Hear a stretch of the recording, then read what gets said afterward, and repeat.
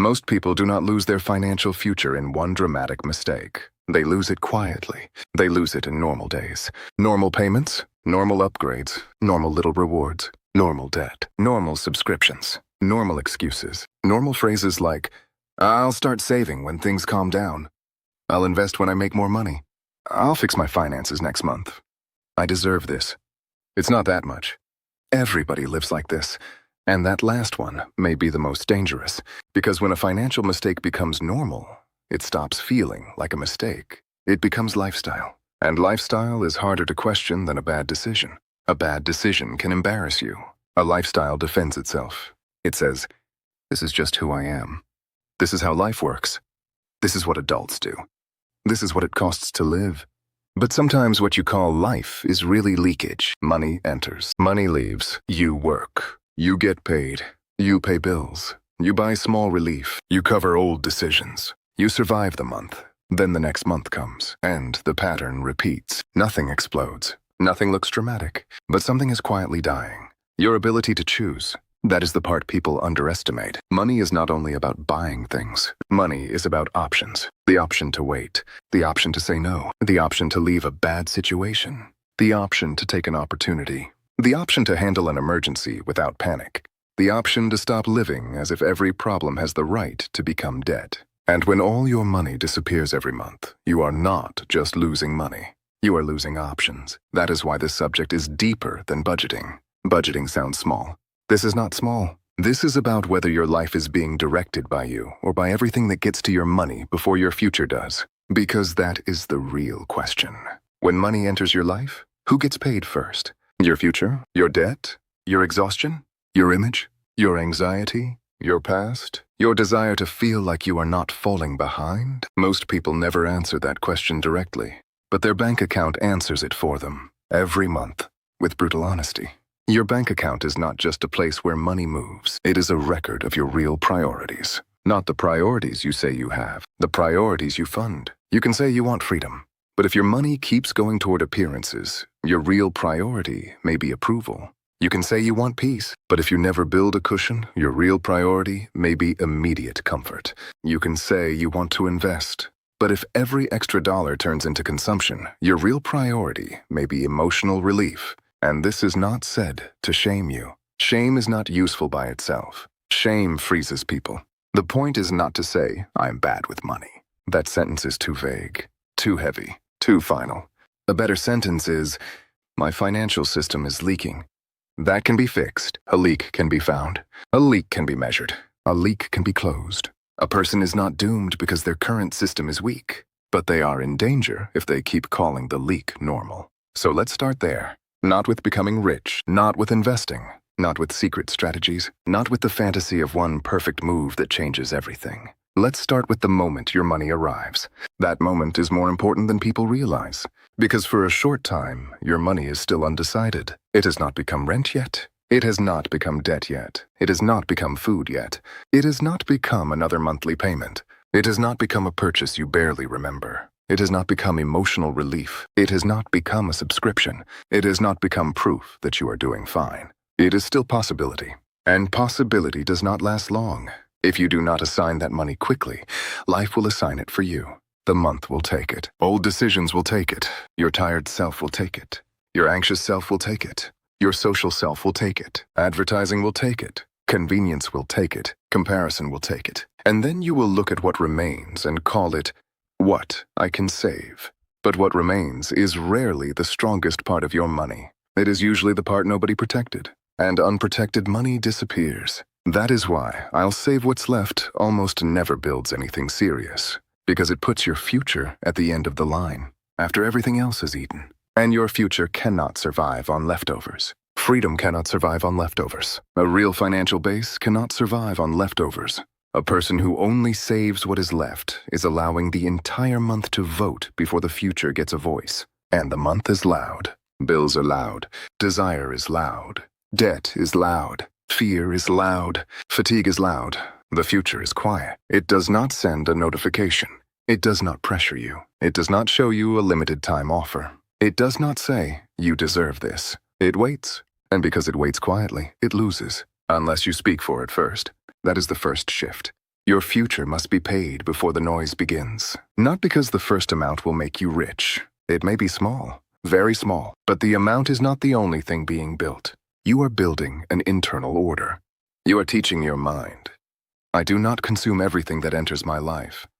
That sentence matters, because a person who consumes everything that enters is always starting over. Every month is a reset. Every paycheck begins from zero. Every emergency becomes a threat. Every opportunity feels far away. Every dream remains theoretical. Nothing accumulates. And without accumulation, there is no power. There may be movement, but not power. This distinction is important. Many people have a lot of financial movement. Money comes in. Money goes out. Payments happen. Transfers happen. Debt moves. Cards get paid. Cards get used again. Subscriptions renew. Small purchases happen. Bills clear. The month ends. It looks active. But activity is not progress. Progress leaves something behind. More margin, less bad debt, more savings, more investment, more calm, more ability to wait, more ability to choose. If nothing stronger remains at the end of the cycle, there was movement, not progress, and many people are exhausted by movement. They are not lazy. They are not doing nothing. They are doing a lot, but the result does not accumulate. That is why they feel trapped. They work, but they do not build. They earn, but they do not keep. They pay, but they do not become freer. They upgrade, but they do not become safer. They move, but they do not advance. That is one of the most painful forms of financial frustration. To spend years working and realize that almost none of that effort became power. It became bills. It became comfort. It became interest. It became image. It became temporary relief. It became a lifestyle that now needs to be fed. But it did not become freedom. And this is where many people misunderstand the problem. They think the solution is simply to earn more. Sometimes that is true. Income matters. Low income is a real problem. Inflation is real. Housing costs are real. Family obligations are real. Medical costs are real. There are people whose margin is brutally small, and telling them just budget better can be insulting. That reality exists. But another reality also exists. Some people do have margin, not huge margin, not perfect margin, but margin. And they still build nothing. Because every increase in income becomes an increase in lifestyle. More money comes in, more obligations appear. A better phone, a better car, more eating out, more trips, more subscriptions, more convenience, more debt capacity, more pressure to maintain the new normal. And then the person says, I make more money now, but I still feel stuck. Of course, the cage became more expensive. That does not mean it disappeared. More income does not automatically create freedom. More income amplifies your current pattern. If your pattern is structure, income becomes acceleration. If your pattern is impulse, income becomes larger leakage. If your pattern is patience, income becomes capital. If your pattern is anxiety, income becomes consumption. If your pattern is ego, income becomes appearance. So before asking, how do I make more money? You need to ask, what happens to the money I already make? Because if the current system leaks, a larger income may only increase the size of the leak. This is not an argument against earning more. Earn more if you can. Build skills. Negotiate. Change industries. Create a side income. Sell services. Build a business. Grow your value. But do not think more income will save a system that has no control. Income is fuel. But if the engine is broken, more fuel does not mean a better journey. It can mean a bigger fire. That is why the first financial skill is not investing. It is retention. Can money stay with you? Can part of it survive the month? Can part of it escape consumption? Can part of it avoid debt? Can part of it become protection? Can part of it become capital? If the answer is no, then the real problem is not that you do not know the perfect investment. The problem is that there is nothing stable enough to invest. Capital is not the same as money. Money is what enters. Capital is what remains with the mission. Money can become dinner. Money can become rent. Money can become a purchase. Money can become debt payment. Money can become distraction. Capital is different. Capital is money that has been captured, protected, and assigned to create future power. That future power may be an emergency fund. It may be debt freedom. It may be an investment. It may be a business. It may be education. It may be time. It may be the ability to leave something that is draining your life. That is why the goal is not just to make money. The goal is to convert part of your money into capital before the month devours it. That conversion changes everything. And it begins with separation. Not motivation, separation. Because motivation is fragile. It shows up after a video, after a conversation, after a scare, after a moment of clarity. But then life comes back. Work, stress, family, desire, fatigue, temptation, old habits, and motivation fades. A system remains. A system says, this part is already assigned. This part is not available. This part protects me. This part pays down the past. This part builds the future. This part is for enjoyment, but it has a limit. That is how money becomes less emotional. Not emotionless, less emotional. You are still human. You still need pleasure. You still need rest. You still need to enjoy life. But enjoyment must have a place. If it has no place, it invades everything. And if it invades everything, it stops being enjoyment. It becomes sabotage with a smile. That is a hard truth. Some spending gives life. Some spending only sedates discomfort. Some spending creates memory. Some spending creates debt. Some spending nourishes. Some spending distracts. Some spending is chosen. Some spending drags you. The object may look the same.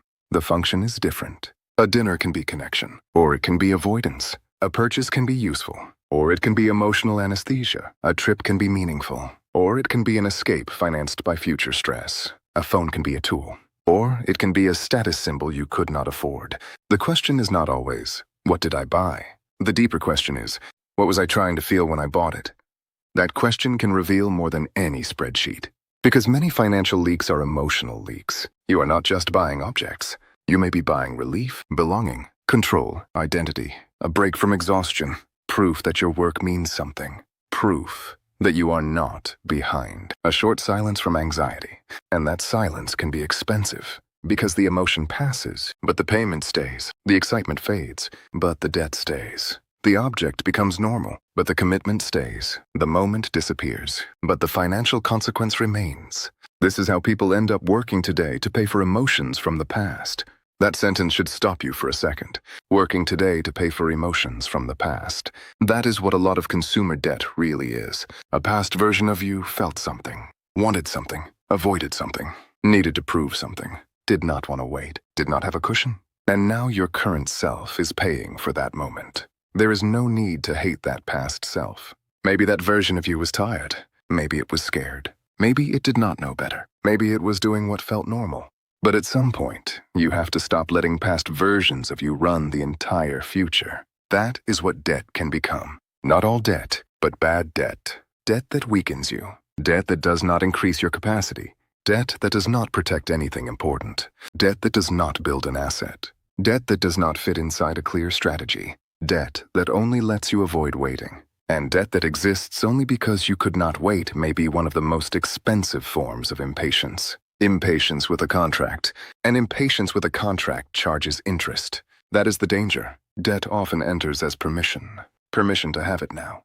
Permission to feel better now. Permission to look successful now. Permission to solve now. Permission to skip the frustration of waiting.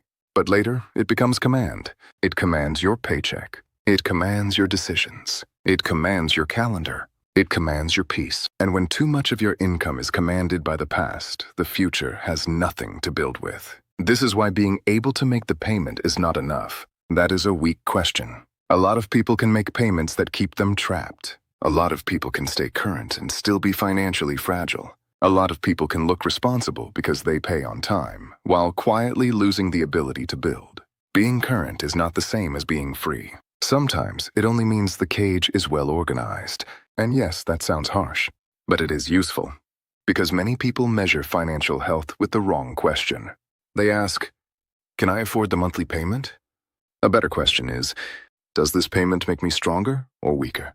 Does it increase my capacity? Does it protect something important? Does it create future value? Does it fit my structure? Or does it only reduce my future choices? That question changes everything.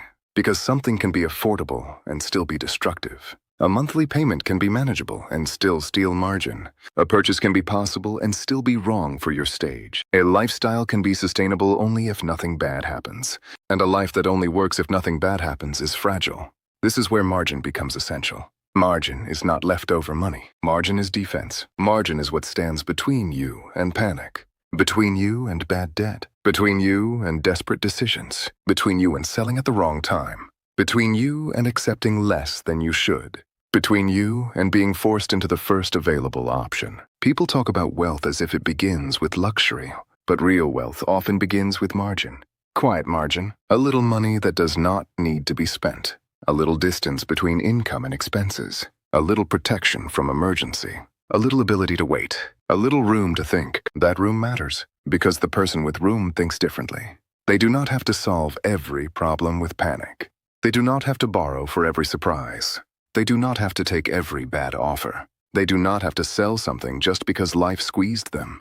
They do not have to make every decision from fear. Margin changes the mind, and a calmer mind makes better financial decisions. That is why an emergency fund is not boring. It is not lazy money. It is not money doing nothing. It is money doing one of the most important jobs, keeping panic away from the decision-making table. That is a real job, because panic is expensive. Panic accepts bad interest. Panic sells too early. Panic buys too late. Panic signs fast. Panic ignores details. Panic confuses relief with strategy. So if part of your money protects you from panic, that money is working, not by growing fast, by preventing expensive damage. Many people underestimate prevention because prevention is invisible. If your emergency fund prevents you from going into debt, nobody applauds. If your margin lets you wait, nobody sees it. If your discipline keeps you from making a bad purchase, there is no receipt that says, "Future saved." But invisible wins are still wins. In fact, some of the most important financial victories are invisible. The debt you did not take, the purchase you did not make, the investment you did not enter out of fear, the lifestyle upgrade you delayed, the emergency that did not become a crisis, the bad offer you could refuse. No one may see those wins, but your future feels them. This is where financial maturity becomes less glamorous and more powerful. It is the ability to respect invisible progress, to value what did not go wrong because you prepared, to value money that stayed, to value calm, to value options, to value the slow building of capacity. Most people want the visible symbols: the car, the phone, the trip, the outfit, the lifestyle, the upgrade, the proof. But proof is often expensive, and sometimes the need to prove you are doing well is exactly what prevents you from actually doing well. That is a brutal contradiction. People spend to look free and become less free. They borrow to look successful and become more dependent. They upgrade to feel progress and reduce their ability to progress. They buy the image of wealth and delay the structure of wealth. That is why the appearance of success is one of the most dangerous financial traps, because it gives a temporary emotional reward while quietly weakening the base. The outside improves, the inside becomes fragile. And when the base is fragile, life does not need a huge disaster. A small shock can reveal the truth. A car repair, a medical bill, a job change, a late payment, a slow month, a family emergency, a market drop. Suddenly the image cannot protect you. The image cannot pay. The image cannot wait. The image cannot negotiate. The image cannot keep you calm. Only structure can. That is why financial structure matters more than financial appearance. And structure begins with brutal clarity. How much comes in? How much goes out? How much is already promised? How much is leaking? How much debt is charging the future? How much margin exists? How much money is truly available? How much money only looks available because you have not assigned it yet? These questions may feel uncomfortable. Good. Comfort has kept many people financially asleep. Clarity may hurt, but it gives you power. Confusion gives power to impulse. If you do not know how much you spend, every purchase can pretend to be small. If you do not know how much you owe, every new payment can pretend to be harmless. If you do not know how much you need for protection, every extra dollar can pretend to be available. If you do not know what your goals cost, every desire can pretend to deserve priority. Numbers are not everything, but without numbers, your emotions negotiate in the dark. And emotions are very persuasive in the dark. They say, "It's fine. It's not that much. You'll fix it later. You deserve this. You can handle it. Next month will be different." Maybe. But if next month has the same system, it will probably have the same result. That is the part people hate. A new month does not create a new life by itself. A new paycheck does not create a new pattern by itself. A new year does not create a new person by itself. The calendar changes automatically. The system does not. You have to change it. And changing it does not require a perfect plan. It requires an honest first version, a simple version, one you can obey, because the best financial system is not the most impressive. It is the one you can actually follow when life is not perfect. That matters because many people design fantasy plans. They decide to cut everything, save aggressively, never spend impulsively, pay debt fast, invest perfectly, track every cent, wake up as a different person. And then reality arrives. They fail once, feel ashamed, abandon everything. That is not a system. That is emotional overcorrection. A real system must survive imperfection. It must allow correction. It must be strong enough to continue after a bad week. Because you will have bad weeks. You will make imperfect decisions. You will underestimate something. You will spend emotionally at least sometimes. You will get tired. The goal is not to become a machine. The goal is to return to the system. That is the difference between someone who changes and someone who only gets inspired. The inspired person needs a perfect mood. The disciplined person returns after mistakes, returns after a bad month, returns after a weak moment, returns after embarrassment, returns after a market scare, returns after a setback. No drama, correction. That is how financial identity is rebuilt. Not by saying, I am good with money, but by collecting evidence. I separated money. I reviewed my spending. I did not take that debt. I paid extra. I waited before buying. I invested with a plan. I came back after a mistake. Identity follows evidence. Give yourself evidence, not speeches. This is why the first stage of wealth is not external. It is internal order made visible through behavior, not thoughts. Behavior, because anyone can think long-term for 10 minutes. The question is whether you can fund the long-term when the short-term is screaming. Can you separate money before you touch it? Can you refuse debt when the purchase feels deserved? Can you build a cushion when nothing bad is happening? Can you keep investing when it feels boring? Can you stop lifestyle inflation from eating every raise? Can you enjoy life without using enjoyment as an excuse to destroy your margin? That is where the real work begins. And if this feels uncomfortable, good. It means we are no longer talking about money as theory. We are talking about money as a mirror of how you handle pressure, how you handle desire, how you handle comparison, how you handle fear, how you handle fatigue, how you handle future consequences. Money is not cold. It becomes emotional because people are emotional. And until you understand that, you may keep trying to solve emotional spending with mathematical advice. That will not be enough. You need numbers. Yes, but you also need pattern recognition. What happens before you overspend? Are you tired? Lonely? Angry? Bored? Trying to reward yourself? Trying to feel successful? Trying to belong? Trying to escape? Trying to prove something? That pattern matters, because if you do not know the emotional trigger, your budget will be attacked from the same place again and again. A spreadsheet cannot protect you from a wound you refuse to name. That does not mean you need to become dramatic. It means you need to become observant. When did the spending happen? What were you feeling? What story did you tell yourself? What did the purchase promise? Did it deliver? How long did the relief last? What did it cost later? This is not overthinking. This is how you stop being manipulated by your own automatic patterns. And once you see the pattern, you gain space. And space is power. A person without space reacts. A person with space can choose. That is the entire game. Create enough space between stimulus and spending, between desire and debt, between fear and investment decision, between income and consumption, between raise and lifestyle upgrade, between emotion and financial consequence. Space. That may be the most underrated financial asset. Not just cash. Mental space, decision space, time space, a pause. And the simplest way to create that space is to design rules before the emotional moment arrives.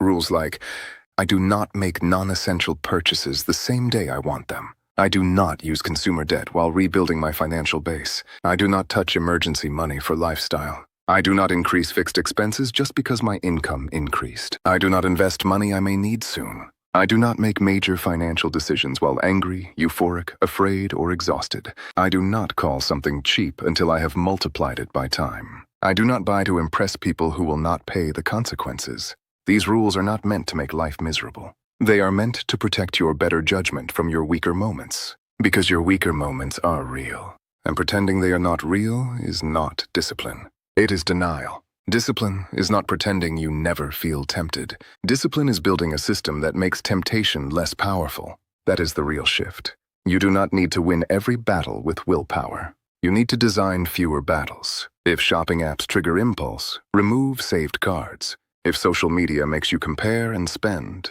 reduce exposure. If friends pressure you into spending, decide your limit before you go. If payday makes you feel rich, automate transfers before you feel rich. If credit cards make spending feel unreal, create friction. If you touch savings too easily, separate the account. If you forget subscriptions, audit them monthly. This is not weakness. This is self-knowledge. A mature person does not say, "I should be stronger." A mature person asks, "Where do I usually fail? And what barrier should I build there?" That question can save years, because many people do not fail from lack of intelligence. They fail from repeating the same exposed situation, same trigger, same emotion, same excuse, same result. Then they call it personality. No, it may just be an unprotected pattern. Protect the pattern. Change the result. And once you begin doing that, something interesting happens. You start recovering respect for yourself. Because financial chaos does not only damage your bank account, it damages self-trust. Every time you promise to change and do not, you believe yourself a little less. Every time you say, "This month will be different," and repeat the same pattern, your internal word weakens. Every time you avoid looking, you teach yourself that reality is too scary to face. But every small act of order rebuilds trust. I looked, I separated, I paid, I waited, I did not buy, I corrected. I came back. That matters, because a person who trusts themselves can make longer plans. A person who does not trust themselves needs constant emotional proof. They need quick results, quick comfort, quick validation, quick escape. Self-trust allows patience, and patience is one of the most profitable financial abilities, not because patience alone creates wealth, but because impatience destroys it. Impatience creates debt. Impatience buys high. Impatience sells low. Impatience chases trends. Impatience breaks plans. Impatience upgrades lifestyle too fast. Impatience turns discomfort into payments. Impatience signs contracts the future has to carry. So when you learn to wait, you are not doing nothing. You are refusing to let urgency set the price of your life. That is powerful. And this is where the first part closes. Before investment, before growth, before the exciting part. Because if you skip this foundation, the exciting part can become dangerous. Investing without retention is fragile. Investing without margin is stressful. Investing with bad debt can be contradictory. Investing from ego can become gambling. Investing from desperation can make you easy prey. So the first real financial victory is not to find the perfect asset. It is to become the kind of person whose money can survive long enough to become capital. That is the foundation. Capture the money. Assign it. Protect it. Stop the worst leaks. Stop letting old decisions own the future. Build margin. Rebuild self-trust. Then, and only then, investment becomes something different. Not a rescue mission. Not a lottery. Not proof that you are smart, but a tool. And tools are powerful only when the hand holding them is steady. That is where we go next. Because once money stops leaking, the question changes. It is no longer, "Where did it all go?" It becomes, "What can this money become if I give it direction, patience, and time?" Once money stops leaking, a different kind of responsibility appears. Not the responsibility of survival, the responsibility of direction. Because keeping money is only the beginning. A person can save and still be lost. A person can avoid debt and still have no plan. A person can earn more and still drift. A person can invest and still be gambling with better vocabulary. That is why the next question is not only, "How do I keep more?" The next question is, "What is this money supposed to become?" Because money without a mission is vulnerable. It may stay for a while, but sooner or later another desire will give it a mission. A bad day, a trend, a sale, a fear, a friend's lifestyle, a social media post, a sudden urge to feel ahead. Money without a mission does not remain neutral. It waits to be claimed, so you have to claim it first. Not with vague labels, with clear functions. Protection, debt freedom, opportunity, investment, education, business capital, time, flexibility, peace. Each function changes how you treat the money. Money sitting there is easy to spend. Emergency protection is harder to touch. Extra cash is easy to waste. Capital for freedom carries weight. Leftover money disappears. Investment contribution has direction. The name is not magic, but it creates meaning. And meaning creates friction. That matters because money often disappears when there is no friction. Spending has become too easy, too smooth, too fast. One click, stored card, monthly plan, instant approval, same-day delivery, automatic renewal, limited time offer. The modern economy is built to reduce the distance between desire and payment. So if you want to build wealth, you have to rebuild distance on purpose. Distance between wanting and buying. Distance between earning and spending. Distance between fear and decision. Distance between comparison and lifestyle upgrade. Distance between excitement and investment. That distance is not weakness. It is protection. A person who has no distance is easy to move. By advertising, by pressure, by envy, by boredom, by fear, by a market headline, by someone else's screenshot, by a feeling that will disappear tomorrow. And once you understand this, you stop treating discipline as punishment. Discipline is not the enemy of freedom. Discipline is the structure that prevents freedom from being sold in small pieces. Small pieces. That is how freedom is usually lost. Not all at once. A payment here. A little debt there. A subscription you forgot. An upgrade that becomes standard. A habit that becomes identity. A purchase that becomes a pattern. A pattern that becomes lifestyle. A lifestyle that becomes obligation. Then one day the person says, I don't know why I feel trapped. But the trap was not built in a day. It was assembled, piece by piece, decision by decision, justification by justification. And that means it can be dismantled the same way, piece by piece, not with panic, with structure. First, stop the new damage. Second, identify the old damage. Third, assign money to repair. Fourth, protect the repaired space. This is where debt must be understood clearly. Debt is not automatically evil. That would be childish. Some debt can build capacity. Some debt can acquire an asset. Some debt can create productive opportunity. Some debt can be used strategically by someone who understands the cost, the risk, and the purpose. But bad debt is different. Bad debt weakens your future without strengthening your capacity. It does not build. It consumes. It does not protect. It exposes. It does not create options. It reduces them. And the worst part is that bad debt often feels harmless at the beginning, because it speaks in monthly payments, not total cost. It says, you can handle this. Not, this will reduce your future choices. It says, it's only this much per month. Not, this money will no longer be available for your emergency fund, investment, business, family, or freedom. It makes the future small enough to ignore. That is why the monthly payment is psychologically powerful. It can turn an expensive decision into a tolerable feeling. And many people do not ask whether the decision is wise. They only ask whether the feeling is tolerable. That is dangerous, because tolerable payments can still create an intolerable life. One payment is fine, another is fine, another is fine. Then suddenly your income arrives already divided. A part belongs to the car, a part belongs to the card, a part belongs to the phone, a part belongs to a trip that ended months ago, a part belongs to an emergency you did not prepare for, a part belongs to a version of you that wanted relief. And by the time your current self wants to build, there is not much left. That is how the past occupies the future. Bad debt is the past charging rent inside tomorrow. And when too much of tomorrow is already occupied, the present becomes narrow. You cannot think freely. You cannot choose calmly. You cannot wait. You cannot negotiate well. You cannot take risk intelligently. Because every decision is made inside pressure. And pressure changes the mind. Pressure makes short-term relief look like strategy.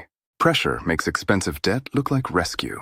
Pressure makes bad jobs look unavoidable. Pressure makes risky investments look necessary. Pressure makes panic feel reasonable. That is why reducing bad debt is not only about saving interest. It is about recovering mental space. Every bad debt you reduce removes one voice from the room, one due date, one pressure point, one reminder of a past decision, one claim on your future income. And as those voices disappear, something changes. You start hearing your own strategy again. That is powerful. But paying debt requires honesty. Not a general feeling. Not I owe some money. Not it's under control. Exact numbers. Total amount. Interest rate. Minimum payment. Real payment. Duedat. Priority. Cost. People avoid this because seeing the total can hurt. But not seeing it does not make it smaller. It only lets the fear grow in the dark. A debt you refuse to look at still owns space in your life. A debt you measure becomes an opponent, and an opponent can be attacked. You can choose a method. Highest interest first, smallest balance first for momentum. Negotiation, refinancing, only if it truly reduces cost and does not become permission to borrow again. Selling something that keeps you fragile. Temporarily reducing lifestyle. Increasing income. Combining strategies. The method matters, but the deeper point is this. Debt must stop being a fog and become a plan. Fog drains you. A plan gives you a next move, and a next move is often enough to break paralysis. Not solve everything immediately. Break paralysis. Because many people stay stuck not because there is no solution, but because the problem feels too shapeless to touch. Shape it, write it, measure it, name it, attack it. And while doing that, stop creating new bad debt. This is non-negotiable. If you are trying to get out of a hole, stop digging. That sounds obvious, but it is one of the most violated rules in personal finance. People pay down a card and use it again. They finish one payment plan and enter another. They consolidate debt and then rebuild the balances. They create breathing room and immediately spend the oxygen. Why? Because the behavior never changed. Only the numbers changed for a moment. And if the behavior stays alive, the debt comes back with a new face. That is why debt freedom is not just a payment goal. It is a behavior change. You are not only eliminating balances, you are eliminating the pattern that created them. The pattern of buying relief, the pattern of needing proof, the pattern of not waiting, the pattern of using credit as emotional oxygen, the pattern of confusing access with affordability, the pattern of asking, can I make the payment? Instead of, should this payment exist? That second question is sharper. Should this payment exist? Does it deserve a place in my future income? Does it make my life stronger? Does it increase my capacity? Does it protect something important? Or is it only the cost of a feeling I did not know how to manage? If it is the cost of a feeling, be careful. Feelings pass. Contracts remain. Now once debt begins to fall, a strange thing happens. Money becomes available. A payment disappears. A balance closes. A minimum payment is no longer required. There is relief, and relief can become dangerous if it is not assigned. Because the mind may interpret freed cash as permission. I finally have space. I can relax now. I deserve something. I've been disciplined. And maybe you do deserve something. But if every freed dollar becomes consumption, debt reduction does not create freedom. It only creates a new spending category. That is why freed cash must be captured immediately. The moment a debt is eliminated, that payment should be redirected to another debt, to your emergency fund, to investment, to a specific goal, to something that increases your future power. Do not let recovered money wander. Wandering money gets adopted by impulse, and impulse is always looking for money without a mission. This is where the financial system begins to compound behaviorally before it compounds mathematically. One debt eliminated creates cash flow. That cash flow attacks another target. Another target disappears. More cash flow becomes available. That flow builds protection. Protection reduces panic. Less panic improves decisions. Better decisions increase retention. Retention creates capital. Capital creates opportunity. Opportunity increases freedom. This is the real chain. People want compound interest, but before compound interest, there is compound behavior. Habits that reinforce other habits. A smaller debt makes saving easier. A growing emergency fund makes investing calmer. A clearer budget makes spending less emotional. A less inflated lifestyle makes income increases more powerful. A stronger identity makes discipline less painful. Everything connects. That is why financial change is not one habit. It is an ecosystem, and if one part is broken, it affects the others. If there is no emergency fund, investing becomes fragile. If there is too much bad debt, saving feels impossible. If spending is emotional, raises disappear. If lifestyle grows too fast, investment never gets enough fuel. If there is no review, leaks return. If there is no purpose, money loses direction. So do not ask only, what is the one thing I should do? Ask, what system am I building? Because a single action can help, but a system changes trajectory. A system says, income comes in, money is assigned, protection grows, bad debt falls, investment receives fuel. Lifestyle increases only when margin increases first. Review happens regularly.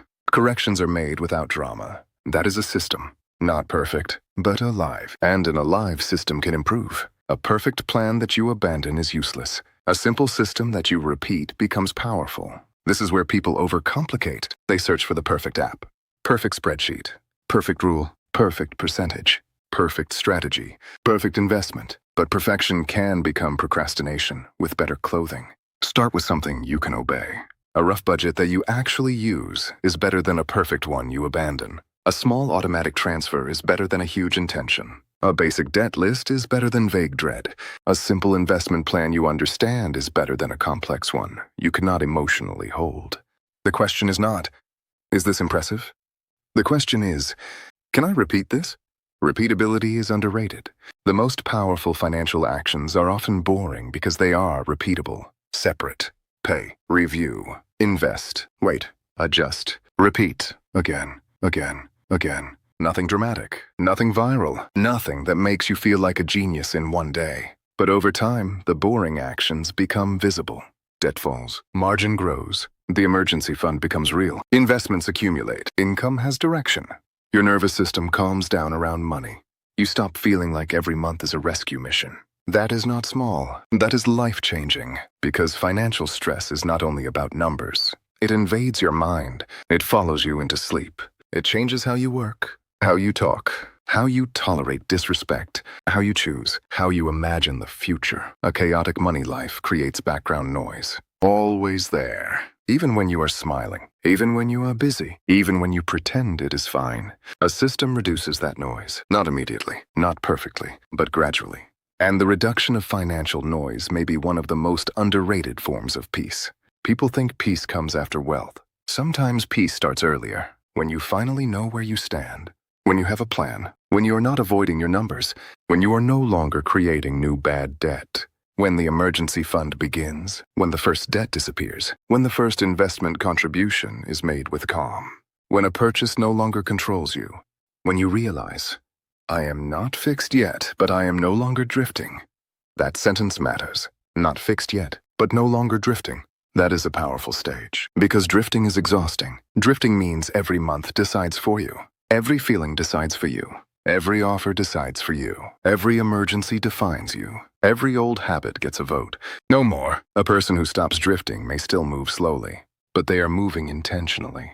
And intention changes the meaning of sacrifice. Without intention, saying no feels like deprivation. With intention, saying no feels like protection. You are not refusing a purchase because you hate life. You are protecting margin. You are not paying debt because you are punishing yourself. You are recovering future income. You are not building a fund because you are afraid. You are buying calm. You are not investing because it is trendy. You are building future options. Language matters, because if your internal story is punishment, you will eventually rebel. If your internal story is construction, you can endure. Do not say, I cannot buy this. Say, this money has a more important job. Do not say, I am restricting myself. Say, I'm no longer funding leaks. Do not say, I am paying for mistakes. Say, I am recovering authority. Do not say, saving is boring. Say, I am buying future room. This is not childish positivity. It is strategic framing. You need a narrative that helps you continue when the process feels slow, because it will feel slow. At first, progress often feels too small. A little money saved, a little debt paid, a small investment, a small correction, a small number. But small is not meaningless. Small is how identity begins. The first time you keep money from disappearing, you challenge the old pattern. The first time you wait before buying, you challenge impulse. The first time you pay extra toward debt, you challenge the past. The first time you invest calmly, you challenge short-term thinking. The first time you review without shame, you challenge avoidance. Small actions are votes, votes for the person you are becoming. And over time, the vote count changes your identity. You begin to see yourself differently, not as someone who is bad with money, as someone who is learning to direct money. Not as someone who always fails, as someone who returns to the system. Not as someone trapped forever, as someone building margin. This identity shift is not cosmetic. It affects behavior. People act according to who they believe they are. If you believe you are hopeless, every mistake becomes confirmation. If you believe you are rebuilding, every correction becomes evidence. Choose the identity that allows responsibility without self-hatred. That is the key. Responsibility without self-hatred. Because self-hatred is not discipline.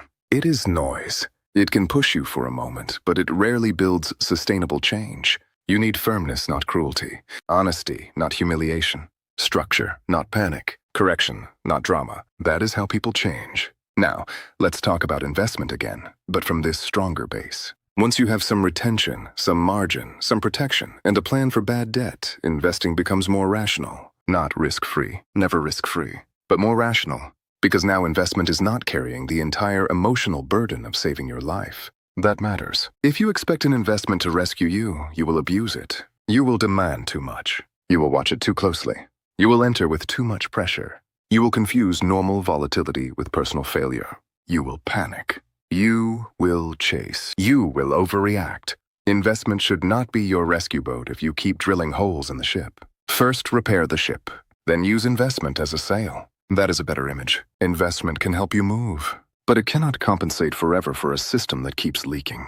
So what makes investment mature? Not complexity, not showing off knowledge, not predicting perfectly. Mature investment has alignment. Your money, your timeline, your risk, your goals, and your emotional capacity must fit together. If the money is needed soon, it should not carry long-term volatility. If the goal is long-term, you need patience. If your risk tolerance is low, do not pretend it is high just because others are making noise. If you do not understand the asset, start smaller or learn more. If you cannot sleep, the strategy may be wrong for you or the size may be wrong. If you need the money to pay rent, it is not investment capital. It is rent money. Do not rename money to justify risk. That is a common mistake. People call money investment money because they want growth. But function matters more than desire. If that money is needed for survival, its function is survival. If it is needed for emergencies, its function is protection. If it can stay for years, then maybe it can serve growth. Confusing functions creates stress, and stress destroys discipline. A good investment plan respects functions. Some money must be liquid, some must be safe. Some can grow slowly, some can take risk, some can be used for opportunity. Not all money should do the same job. The immature mind wants every dollar to be safe, available, high return, exciting, and flexible. That does not exist. Every choice has trade-offs. Liquidity has a price, safety has a price. Growth has a price, risk has a price, time has a price. The mature person does not look for impossible combinations.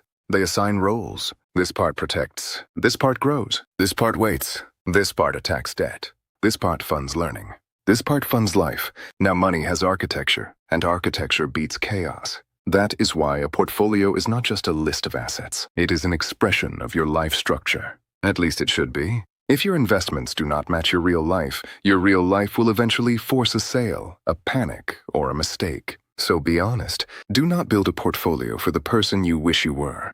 Build one for the person you are becoming. With your real income, real needs, real emotional tolerance, real time horizon, real responsibilities, real capacity to learn. Then improve from there. This also means you must stop copying other people blindly. Someone else's risk may not be your risk. Someone else's timeline may not be your timeline. Someone else's income may not be your income. Someone else's loss may be survivable for them and devastating for you. Someone else's confidence may be performance. Someone else's strategy may be luck wearing a suit. Do not copy screenshots. Do not copy excitement. Do not copy noise. Learn principles, then adapt them to your life. Because your life is the container, and every financial strategy must fit the container. Now, one of the hardest parts of investing is dealing with time. Time is powerful, but time is psychologically difficult because in the beginning, time feels like nothing is happening. You contribute. The number is small. You wait. The result is unimpressive. You contribute again, still small. Meanwhile, someone online claims they doubled something. Someone else shows a huge gain. Another person says the next big opportunity is happening now, and your slow plan begins to feel stupid. This is where many people break. Not because the plan is bad, because the plan is quiet, and the world is loud. You need to understand this. Quiet progress often looks weak before it becomes strong. A small emergency fund looks weak until an emergency happens. A boring investment plan looks weak until time passes. A debt payment plan looks weak until a debt disappears. A lifestyle kept below income looks weak until everyone else is drowning in obligations. A calm strategy looks weak until panic arrives. Do not underestimate quiet things. Quiet things build foundations, and foundations do not ask for applause. They hold weight.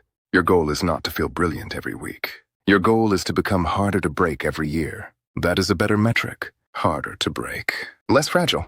More prepared. More flexible. More patient. More capable. More informed. More able to wait. More able to choose. If your financial life is becoming harder to break, you are moving in the right direction, even if it does not look impressive from the outside. This is important because society rewards visible consumption more than invisible strength. People see the car. They do not see the emergency fund. They see the trip. They do not see the paid-off debt. They see the house upgrade. They do not see the stress. They see the lifestyle. They do not see the lack of options, so if you build quietly, you may feel behind. You are not necessarily behind. You may simply be building what cannot be photographed yet. That requires identity. You must become the kind of person who can respect invisible progress. That is rare, and rare is valuable. Because if you need every good decision to be socially rewarded, you will make too many socially visible decisions. Some of the best financial decisions are boring, private, and invisible. But they give you power later. Remember that. Now income growth enters again. Because once your system can hold money, more income becomes powerful. Before that, more income may leak. After that, more income accelerates. This is why skills matter. A person who only cuts expenses may eventually hit a ceiling.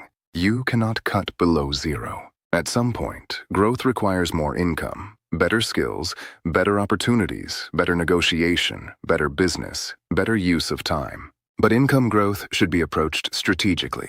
Ask, what skill increases my value? What problem can I solve for others? What market pays for that problem? What can I learn in the next 6 months?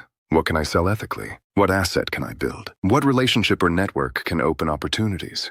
What current ability is underused? What knowledge could become income? These questions move you from wishing to designing.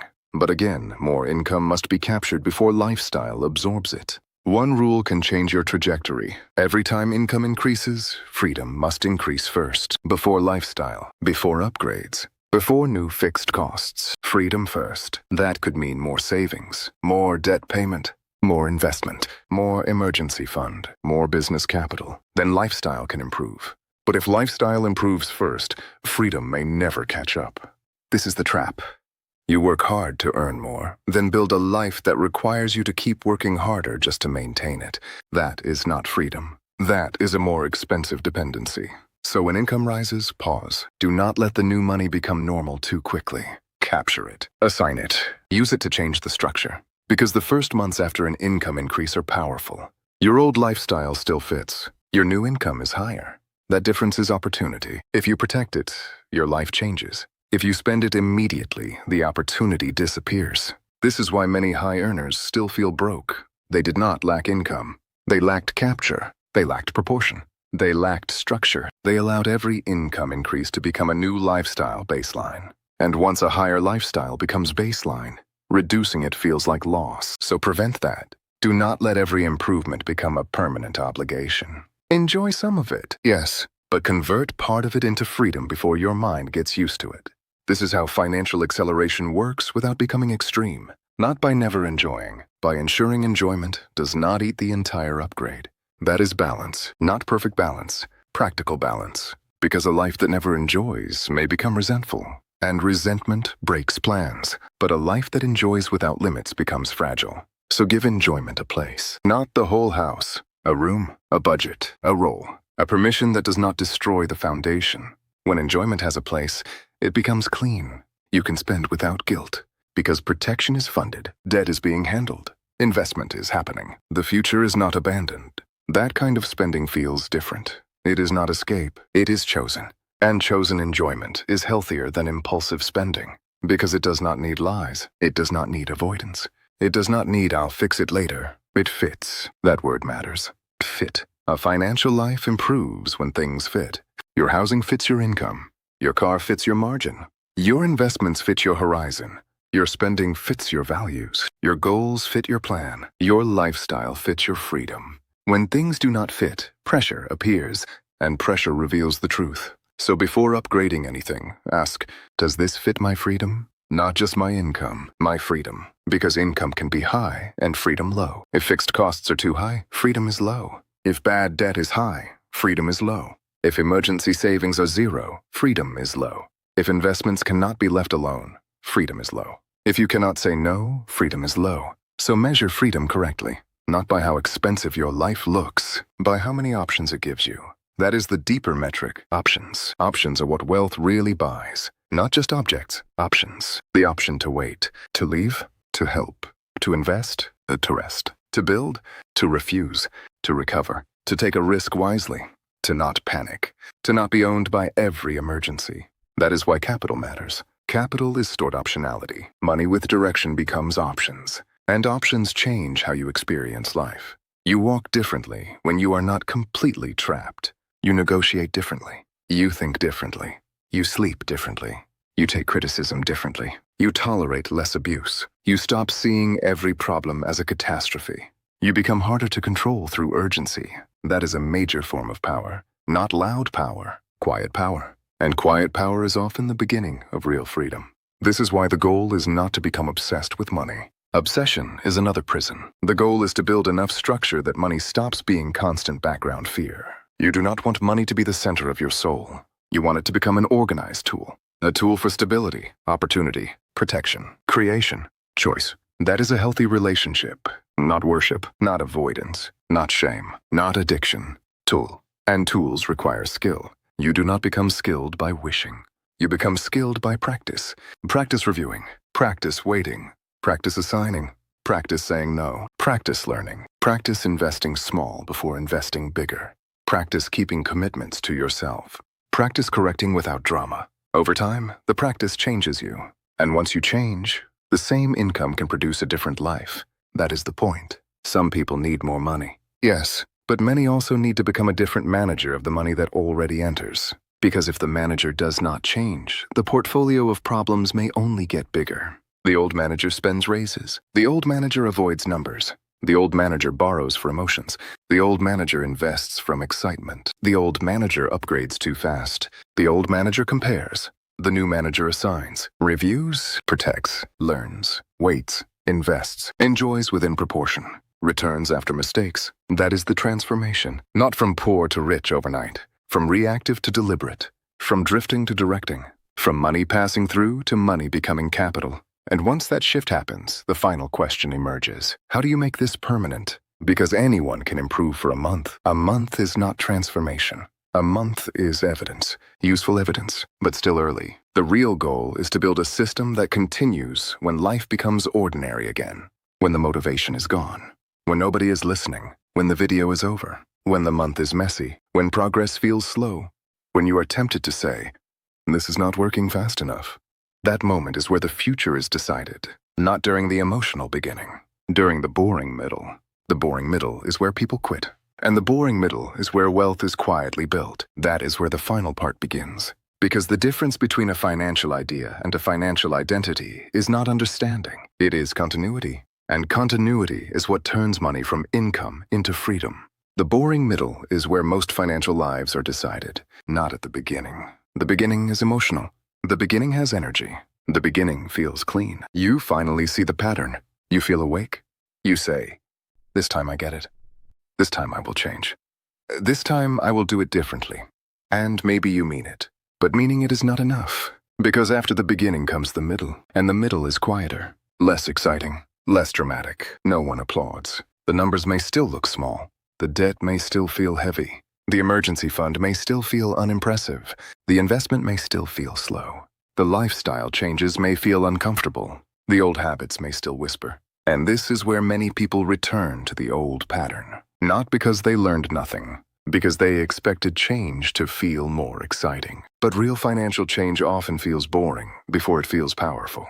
It feels like doing the same right thing again, and again, and again. Separating money, paying down debt, reviewing spending, waiting before buying, investing with patience, keeping lifestyle below income, saying no to something that would feel good today but weaken tomorrow. None of that feels heroic in the moment, but those are the bricks. And a life is built with bricks, not fireworks. Fireworks impress people. Bricks hold weight. That is the difference. If you want a financial life that can hold weight, you have to respect the brickwork, the repeated work, the unglamorous work, the work that nobody sees. Because wealth does not only come from big moves, it often comes from small decisions that were not abandoned. A small transfer that happened every month, a debt payment that kept going, a raise that did not become lifestyle immediately, an emergency fund that was not touched for pleasure, an investment plan that survived boredom, a purchase that was delayed, a leak that was closed, a mistake that was corrected instead of used as an excuse to quit. This is what continuity looks like. And continuity is more important than intensity. Intensity says, "I will change everything this week." Continuity says, "I will still be here in 6 months." Intensity burns hot. Continuity builds identity. And identity is what makes the system last. Because when something becomes part of who you are, It no longer requires the same amount of force. At first, saving may feel like restriction. Later, not saving feels strange. At first, reviewing expenses may feel uncomfortable. Later, not knowing your numbers feels irresponsible. At first, saying no to consumer debt may feel like missing out. Later, taking bad debt feels like giving away control. At first, investing patiently may feel slow. Later, chasing every trend feels childish. That is when you know something has changed, not when you feel motivated. When your discomfort changes sides, the old you felt uncomfortable with discipline. The new you feels uncomfortable with chaos. That is a powerful shift, and it does not happen through one speech. It happens through repetition, through evidence, through returning to the system after imperfect days. Because imperfect days will come. You will overspend at some point. You will misjudge a cost. You will get tired. You may buy something emotionally. You may miss a target. You may feel tempted by a trend. You may feel behind. The goal is not to build a system that never faces failure. The goal is to build a system you can return to after failure. That is maturity. A bad week does not need to become a bad year. One impulsive purchase does not need to become a season of avoidance. One investment mistake does not need to become an identity. 1 month of lower savings does not mean the plan is dead. You correct. You learn. You return. No drama. No self-hatred. No, I ruined everything, so nothing matters. That sentence destroys people. I already failed, so why keep trying? Because one failure is a signal. Abandoning the system is the real danger. A mistake gives information. Use it. What triggered it? Was it fatigue? Was it comparison? Was it boredom? Was the rule too weak? Was the plan unrealistic? Was there no friction? Was the money too easy to access? Was the goal too vague? Was the budget ignoring real life? Each mistake can improve the system if you study it. But if you only shame yourself, you learn nothing. Shame without structure repeats. Correction changes. So when you fail, do not ask, "What is wrong with me?" Ask, "What does this reveal about my system?" That question keeps you in power. It turns failure into design. And design is the heart of financial freedom. Because a strong financial life is designed. It is not improvised. It has a foundation. It has rooms. It has walls. It has protected areas. It has maintenance. It has expansion. Think of it like a house. You would not throw materials on the ground and call it a home. You would not build a second floor without checking the foundation. You would not put expensive decoration on cracked walls and call that stability. But people do this with money all the time. They decorate a fragile financial life. They upgrade lifestyle before building margin. They invest before having protection. They borrow before understanding cost. They increase income and immediately increase obligations. They make the outside look better while the inside becomes more unstable. And then they are surprised when pressure reveals the cracks. The cracks were already there. Pressure only exposed them. That is why the order matters. Clarity first, then capture, then protection. Then bad debt reduction, then growth, then expansion, then review, again and again. Clarity means knowing where you stand. Not guessing, not feeling, knowing. How much enters, how much leaves, how much is fixed, how much is flexible, how much is debt, how much is leaking, how much margin exists. Capture means part of the income is separated before the month can absorb it. Protection means building money that prevents emergencies from becoming disasters. Bad debt reduction means the past stops eating tomorrow. Growth means investing, learning, building skills, creating assets, increasing earning capacity. Expansion means improving life without letting lifestyle consume all progress. Review means the system stays alive. That is the architecture. And architecture is what separates a financial wish from a financial path. A wish says, "I want to be free." A path says, "This is what happens to the next paycheck." A wish says, "I want to invest." A path says, "This amount, this purpose, this horizon, this risk, this review." A wish says, "I want less debt." A path says, "This balance, this rate, this payment, this order, this rule against new bad debt." A wish says, "I want more peace." A path says, "This emergency fund, this spending limit, this review rhythm, this protection from panic." Do you see the difference? Wishes feel good. Paths change things. And the path does not have to be perfect. It has to be walked. This is where many people lose. They collect wishes, new goals, new ideas, new videos, new methods, new inspiration. But they do not walk one path long enough to see what it can do. They keep restarting. And restarting feels productive because it has the energy of a new beginning. But sometimes restarting is just avoidance. Avoidance of the boring middle. Avoidance of consistency. Avoidance of seeing whether you can actually keep a promise to yourself. At some point, you have to stop restarting and start continuing. That is a different kind of power. Continuing after the emotion fades. Continuing when progress is not visible. Continuing when nobody cares. Continuing when the old lifestyle calls you back. Continuing when a friend spends more. Continuing when social media makes you feel behind. Continuing when the market is noisy. Continuing when the plan feels too simple to be impressive. That is where financial character is built, not in the fantasy. In the continuation, and financial character is not about being cold. It is about being loyal to the future when the present is persuasive. The present is always persuasive. It says, enjoy now. Fix it later. You work hard. You deserve this. Everyone does it. You can handle the payment. You will make more later. Life is short. Some of those sentences contain truth. That is what makes them dangerous. Yes, life is short. Yes, you work hard. Yes, you deserve good things. Yes, you should enjoy. But none of that means you should abandon your future every time the present wants comfort. Your future is not a stranger. It is you. Older, more tired, perhaps. With fewer years to repair some mistakes. With needs you do not feel yet. With emergencies you cannot predict. With opportunities that will require resources. With a life that will be shaped by what you funded today. So, when you separate money for the future, you are not depriving yourself. You are caring for a version of yourself that cannot speak loudly yet. When you avoid bad debt, you are not punishing yourself. You are removing weight from that future self. When you invest patiently, you are not just chasing returns. You are sending tools forward. When you build margin, you are not being fearful. You are giving your future self room to breathe. That framing matters, because if you see every act of discipline as deprivation, you will eventually rebel. But if you see discipline as loyalty, it becomes easier to repeat. Not easy, easier. Loyalty to your future, loyalty to your peace, loyalty to your options, loyalty to the life you say you want. That is stronger than guilt. Guilt is unstable. Loyalty can last. Now, let's talk about enjoyment again. Because this is where many financial messages become stupid. They act as if all pleasure is the enemy. It is not. Pleasure is part of a human life. Rest matters. Beauty matters. Food matters. Travel can matter. Celebration matters. Generosity matters. Experiences matter. A life built only around accumulation can become emotionally poor even if the account grows. That is not the goal. The goal is not to become a person who cannot enjoy anything without calculating. The goal is to enjoy without betrayal. That phrase matters. Enjoy without betrayal. Enjoy without betraying your emergency fund. Enjoy without betraying your debt plan. Enjoy without betraying your investment habit. Enjoy without betraying your future self. Enjoy without needing lies. Enjoy without hiding from the numbers afterward. That kind of enjoyment feels clean. It has a place. It fits. It does not require avoidance. It does not create panic. It does not become a new monthly burden. It does not feed a false identity. It is chosen.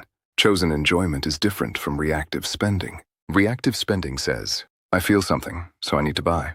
Chosen enjoyment says, this matters to me and it fits my life. That is maturity, not never spending. Spending with hierarchy, because money should serve life, but life includes tomorrow. That is the balance. The present deserves to live. The future deserves to arrive with dignity.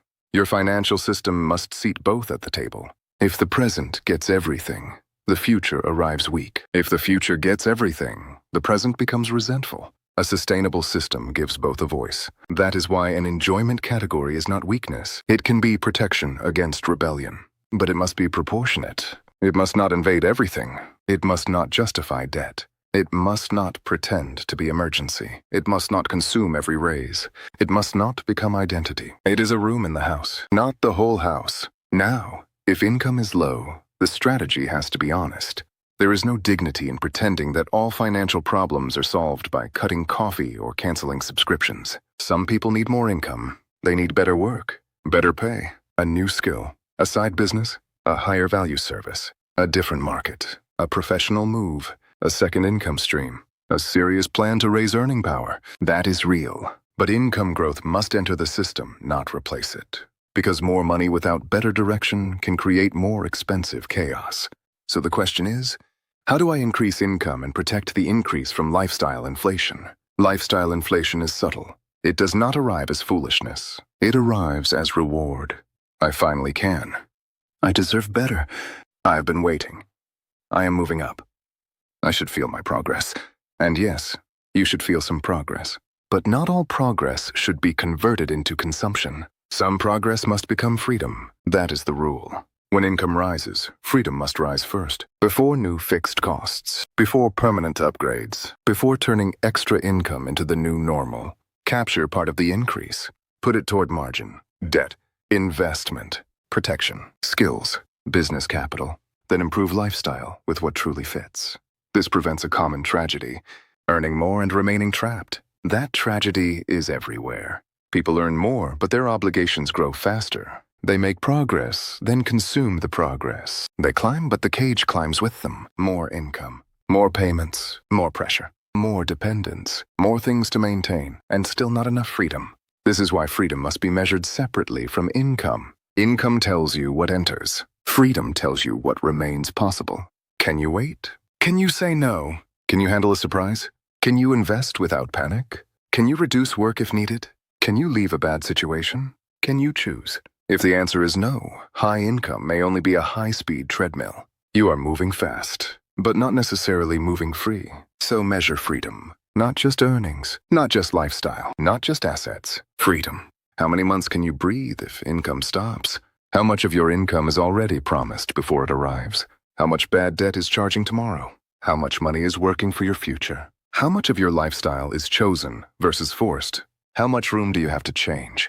These questions are not glamorous, but they reveal the truth. And once you see the truth, you can improve it. Now, what does a complete financial life begin to look like? Not perfect, complete. It looks like income entering a system. Part of it supports life. Part protects peace. Part repairs the past. Part builds the future. Part funds joy. Part increases capacity. The person reviews, adjusts, learns, returns after mistakes, raises income when possible. Does not let every increase become a new obligation. Invests with purpose. Uses debt carefully, if at all. Keeps bad debt from becoming normal. Does not confuse status with strength. Does not confuse motion with progress. Does not confuse excitement with strategy. That person may not look rich at first. Maybe nothing obvious changes. Maybe the car is the same. The clothes are the same. The apartment is the same. The photos are not more impressive. But internally, the structure is changing. Less panic, less leakage, less avoidance, less bad debt, more margin, more clarity, more capital, more patience, more options. That is real progress. And eventually, real progress becomes visible. Not always through luxury, sometimes through calm, through the ability to decline, through the ability to invest during uncertainty, through the ability to leave something unhealthy, through the ability to help without collapsing, through the ability to take an opportunity because you are prepared, through the ability to sleep better. Do not underestimate calm. Calm is not laziness. Calm can be a financial achievement. If you have lived with money anxiety, you know this, the constant background noise, the mental math, the avoidance, the fear of checking, the stress before payments, the discomfort when something unexpected happens, the feeling that one bad month could break everything. Reducing that noise is not small. It changes how you experience life. And this is why money matters. Not because money is the meaning of life, but because disorganized money can steal attention from life. When money is chaos, it occupies the mind. When money is organized, it becomes a tool. A tool should serve, not rule. That is the goal, to make money serve. Serve protection, serve freedom, serve choices, serve peace, serve creation, serve generosity, serve future strength. Not ego, not panic, not image, not impulse, not avoidance, not old patterns. And yes, this requires discipline, but not the cheap kind of discipline that sounds like punishment. The real kind, the kind that says, I am responsible for the direction of what enters my life. That sentence is powerful, because money enters your life through work, business, skill, effort, opportunity. But direction does not happen automatically. Direction is assigned. If you do not assign direction, the world assigns consumption. The world is very good at that. There is always something to buy. Something to upgrade, something to prove, something to fear, something to join, something to not miss, something to compare against. The world has a plan for your money. Do you? That may be the sharpest question in this entire script. The world has a plan for your money. Do you? Banks have a plan. Retailers have a plan. Apps have a plan. Advertisers have a plan. Subscription services have a plan. Social platforms have a plan. Debt products have a plan. Your impulses have a pattern. Your anxiety has habits. Your ego has preferences. Your future needs a plan too. And you are the only one who can create it. Not later. Not when life is easier. Not when you make twice as much. Not when you feel ready. Not after every problem disappears. The plan begins with the next income. That is where theory becomes identity. When the next money arrives, do not ask first, "What can I buy?" Ask, "What part of this money will still be with me when the month is over?" That question can change your life, because if part of the money stays, it can protect you. If it protects you, you panic less. If you panic less, you decide better. If you decide better, you reduce bad debt. If you reduce bad debt, you recover cash flow. If you recover cash flow, you can invest. If you invest with patience, time begins to help. If time helps and you do not destroy the process, income starts becoming freedom. But if nothing stays, nothing grows. If nothing is assigned, everything is claimed. If everything is consumed, the future arrives empty. That is the simple truth. Hard but simple. You cannot multiply what you never manage to keep. You cannot build with money that has no mission. You cannot become free if your income belongs first to debt, impulse, panic, and image. You cannot expect future peace while constantly selling it for present relief. So make the next move concrete, not dramatic. Concrete. Write down what enters. Assign it before it arrives. Separate something for protection. Choose one leak to close. Choose one bad debt to attack. Choose one amount to invest or prepare to invest. Choose one rule that protects you from your weakest moment. Choose one review date. That is enough to begin. Not enough to finish. Enough to begin. And beginning matters, because no one changes a financial life in theory. It changes in repeated contact with real money, real purchases, real payments, real temptation, real income, real mistakes, real corrections, real months. That is where your future is built, not in the feeling of understanding, in the act of returning, again, again, again, until the system becomes familiar, until the old chaos feels strange, until your future no longer receives leftovers, until money stops passing through your life and starts obeying your direction. That is when financial freedom stops being a motivational phrase. It becomes a consequence, not immediate, not guaranteed, not effortless, but possible, built from decisions that looked small when you made them. A transfer, a pause, a number, a payment, a review, a lesson, an investment, a month of staying with the system. Those are not small if they repeat. They are the beginning of a different life. And if this kind of truth makes sense to you, then you already know this is not just another money topic. It connects to everything: discipline, identity, work, desire, fear, comparison, freedom. The way you handle money reveals the way you handle your future. And if you can learn to direct this part of your life, you begin to see other parts differently too. Because the deeper lesson is not only financial.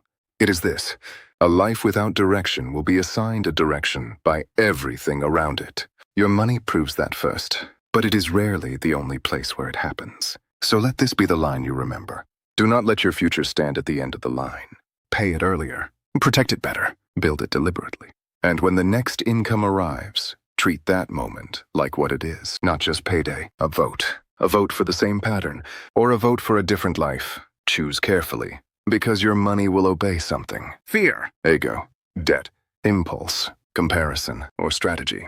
And whichever one it obeys, most often will slowly become your future.